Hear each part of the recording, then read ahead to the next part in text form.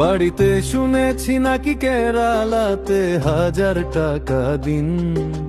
ভাবলাম যাই রে ভাই, হবে এখন মস্ত জিন। ট্রেনে চেপে গেলাম দূর, আশা মনটা ফুলে।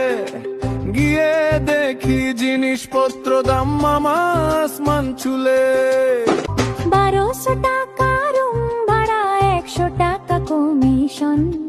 গাড়ি ভাড়া 50, চায়ের দোকানে আবার 100 খরচিয়ন। হিসাব করি ভাই, মাথা ঘুরে যায়। মাস শেষে হাতে থাকে হায় শুধু 7000। তাই কেরালায় গিয়ে জানি, হিসাব বলেন না মানি।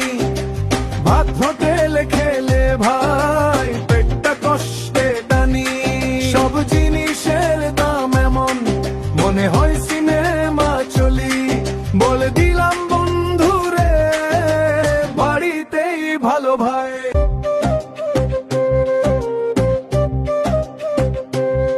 ভোরে উঠে 6টার আগে কাজ শুরু, রোদে পুড়ে লুঙ্গি ভিজে যায় ঘামে, মন চায় পালাই তুরে।